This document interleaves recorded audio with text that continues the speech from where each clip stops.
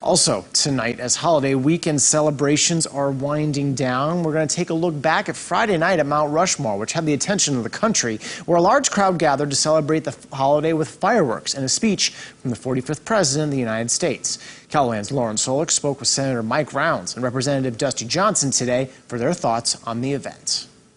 Among the crowd at Mount Rushmore Friday night were the 3 members of South Dakota's congressional delegation. The thing that I loved about the Mount Rushmore 4th of July celebration was the fact that it was a lot like 4th of July celebrations that people were having across the country. And that is, you get great fireworks, you get a lot of people who come together who love this country and want to celebrate it.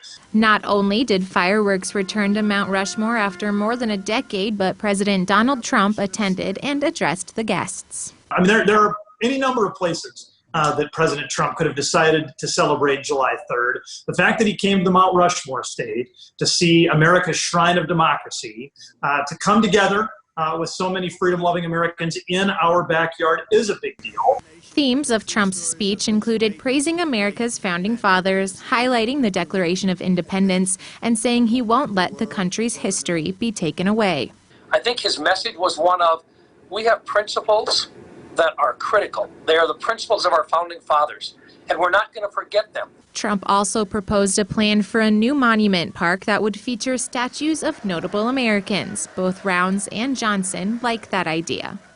I think he was sending a message that if there are parts of our country where they don't want the statues, let's not lose them, let's not deface them, let's create a garden where they can be there. And 50 years from now, 75 years, 100 years from now, people will look back in this and say, this was the right thing to do. It was a part of history that should have been preserved. Rounds and Johnson both said they believe the United States is the greatest nation, but that it can work to be a more perfect union.